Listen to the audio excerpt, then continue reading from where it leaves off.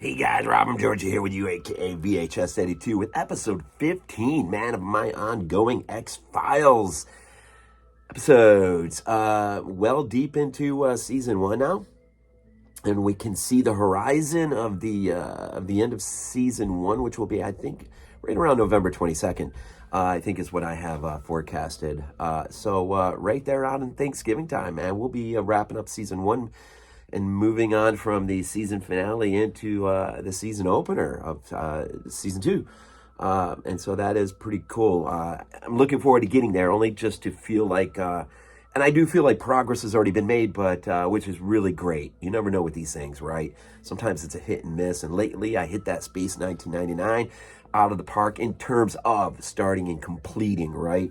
Not to my performance or anything, but I do hope you enjoyed it. And if you don't know about it, it's down there in the archive, man. The whole 2 years worth of Space 1999. That was an absolute blast to go through. But X-Files, man, is a little bit more, I'm a little more intimate with this because, of course, I mean, I was there from season one, episode one, watching it TV week to week. And just fell in love with it. Saw the movie in the theater between season 5 and 6, and on and on and on and on. Space 1999 was something I remember early from my childhood. You know, I was born in '70, so I was about 6 or 7. Had the toys and stuff like that, and so it was really fun to kind of immerse myself into something like that. But with the X-Files, it's kind of like just going back in time a little bit, which is it's been a lot of fun and continues to be. In fact, I was revisiting this episode, 15, Lazarus, this morning. What we kind of do here is my wife and I have been watching each episode together each week, and then I may watch it again before my review goes up. Now, I am talking to you a few weeks beforehand, Lord, trying to keep these things out in front of me. And that's been a help because, you know, with work and life and family and everything else, it does get tough. But working off this wonderful, absolutely wonderful box set. I pulled off the UK, Amazon UK site, and it's been working out great. I think the only real criticism was just how hard it is pulling discs in and out, and it really hasn't been that bad. Not enough. I mean, I'm not enough to not, to regret getting it. I absolutely love it. And comparably speaking, price-wise to the American version of it, it might be better packaging and all that junk. When I say junk, of course, I'm being positive, but I can't complain. So Lazarus, it's interesting. A bit of a take, I would say, on the biblical passage involving Christ calling Lazarus out of the grave in the book of John. Just an absolutely powerful story. And here is sort of an X-Files sort of version of this, almost sort of kind of Frankenstein-like in a way, Lovecraftian, maybe more better. Not sure how to phrase it right, but it is sort of an inversion of that of the story involving Lazarus, where you have Agent Willis, who has a past relationship with Scully. We don't know how, like, real deep into it they got, but they do have a past connection. And so they get a tip, or her and Agent Willis get a tip they're looking for these bank robbers, and they get a tip that this bank might be hit. And so they're there in the bank, and we get introduced to our robbers. I think at the beginning, I can't remember. We do understand pretty quickly in that they were married. And they change roles, one robbery, she'll go in and do it and he'll be the getaway, and then he'll go in and do it and she'll be the getaway. So here is a moment where she is in the car and he goes in, and unbeknownst to him, though, there just happens to be a couple FBI agents, and I thought it worked beautifully, actually, because you sort of find out right in the episode that they're not there by accident. But it's played off almost as though they are, which really makes the scene intriguing, because he does have a look of surprise on him, man. When Agent Willis pulls his gun, he's like, freeze, man, right in the middle of the holdup. And he has this look on his face like, oh, crap, time's up. Really thought this would go longer. And well, it's an interesting scene because he ultimately makes a flash of a moment decision and fires a shotgun at Agent Willis, which causes Scully, of course, to shoot him 3 times, right, putting him down. First time she kills somebody in the X-Files, Yeah, first time. I think not just with her gun, but just first time. And so both of course are rushed to the hospital where Dupree, who is the bank robber, Dupree is I think he's called dead pretty quick. And then Agent Willis, he's been dead for, I think, I want to say 13 minutes maybe. Well, Agent Scully's on hand, and she cannot lose him. And so she invokes her authority as a doctor on site. I don't know if this could really happen in real life or not, but she invokes her authority, man. And she's like, keep trying. And so they up the voltage and the shock and inject them. I can't remember what it was called, but what's needed to help the defibrillator or whatever to get that heart going. And man, she is just, and then of course, they're looking at her like, you've been a psychiatrist, what's going on? And, but as Willis is jolted, the camera looks over and you see Dupree laying under the sheet, and his body jumps with the jolt. You right there, well, something is going on. So, it sort of kind of reminds me of, Exorcist 3 and actually how that story unfolds a little bit. So they revive Willis, and but then we find out real quick that Willis doesn't really seem like he's his normal self. And so really what you have in this really X-Files-esque type transition effect is Dupree's spirit takes habitation in Willis's body, and I'll say, it's not a weakness of the episode because it's a pretty solid episode. I really enjoy this one. It does beg the question though, when Willis comes to. H.P. Lovecraft dealt with this in some of his stories, right? And it's just you have to wonder if this. You talk about possession or whatever, and you just wonder if you. Like you hear about out of the body experiences, right? But if you really left your body and you woke up and were habiting another body, it just seems like, and one that still seems to have its conscience intact, which you would just think that there would be a little bit more, I don't know, man, a little bit more confusion, chaos in terms of Willis, you just don't think he would regain his self that quick. And yet it's an interesting scene when he first sees himself in a mirror and he starts to realize that, without really voicing anything, but he starts to realize, at least initially, that he's in the agent's body who was there at the bank.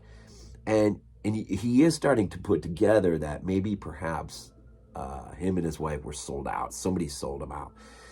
And so he ultimately leaves the hospital, right? And he starts to go seek a bit of revenge. He assumes it's her brother for whatever reason, which I think are Phyllis.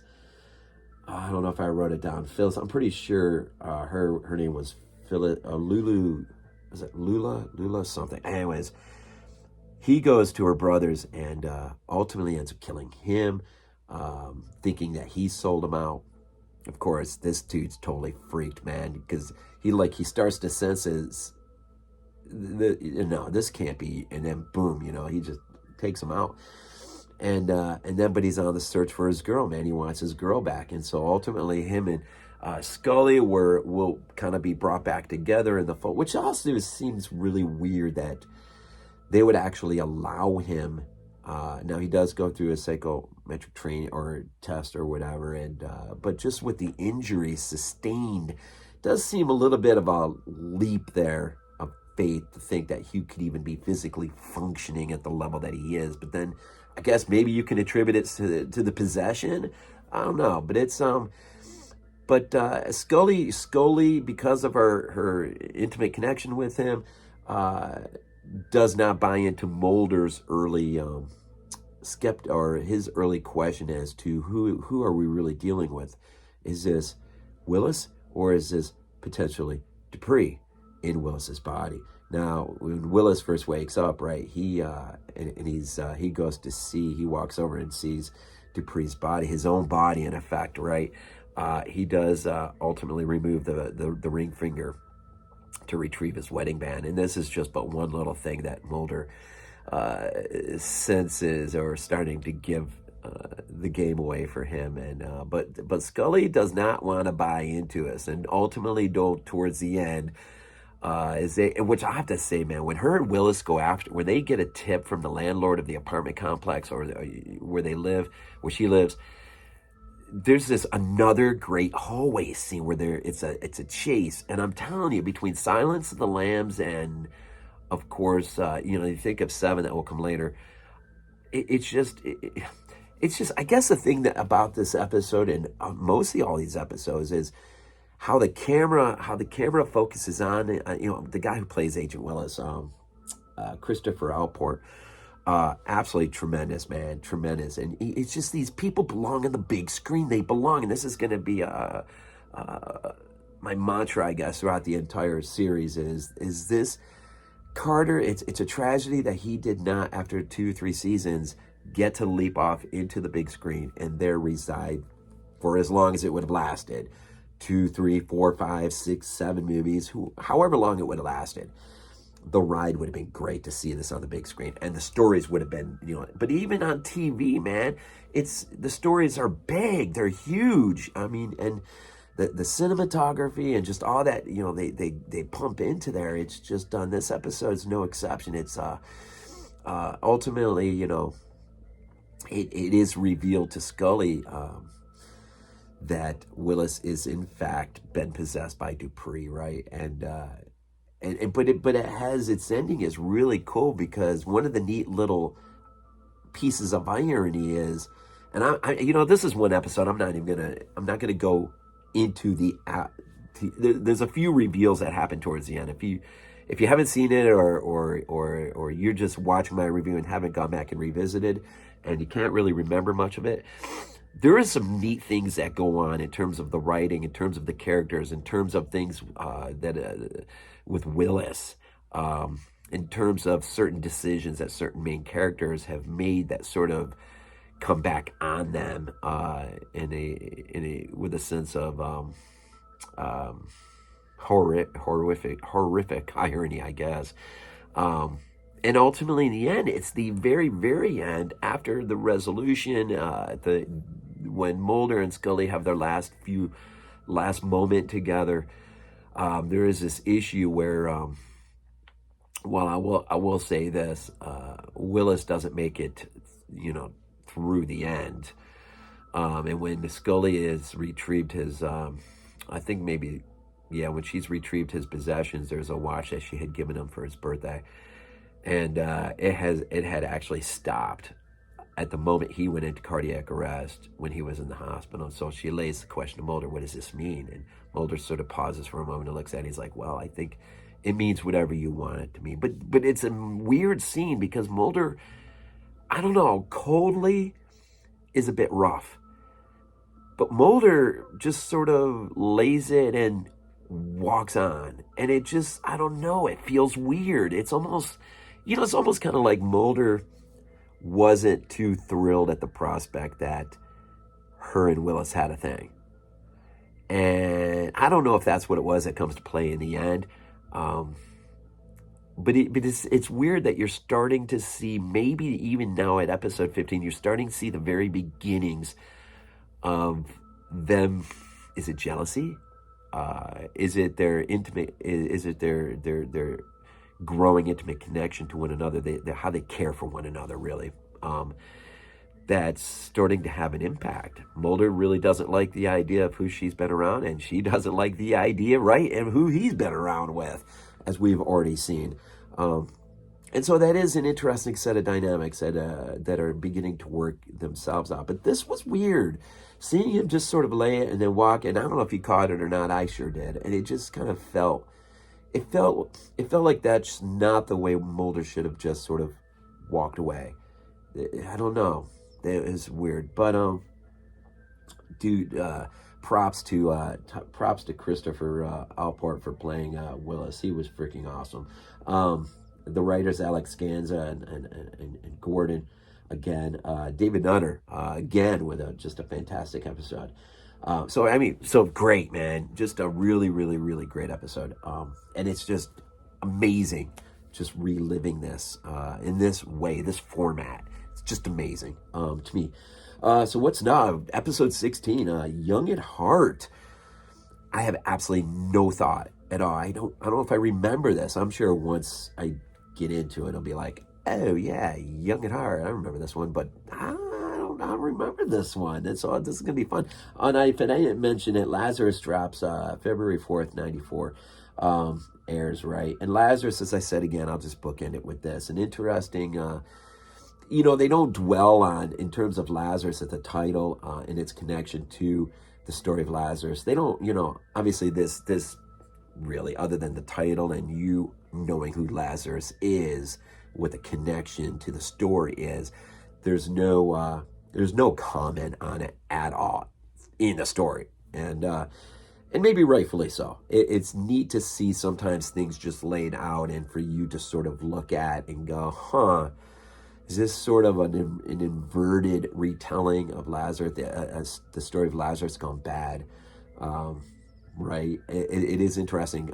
Sort of like in that previous episode where it was a gender bender, where you see the H.R. Geiger painting and the antagonist standing sort of in front. And so you're allowed to sort of, if you even know H.R. Geiger and you understand that now maybe there's something a little bit more to this antagonist than meets the eye. And that is, of course, what really draws us into the X-Files, isn't it? There's always more than meets the eye. And so that's awesome, man. I freaking love this. I love this series. I love this. Just love it. More and more every time I watch a new episode. So anyways, we'll cut it there, man. We'll cut it there. And appreciate you guys following me and supporting me through this. It's going to be a long haul, but I think in the end, for those who managed to make the journey successfully with me, it's going to be worth it in the end. As always, man, we end these things off with Go Bills. This is not a dream. Not a dream. We might be useful to you.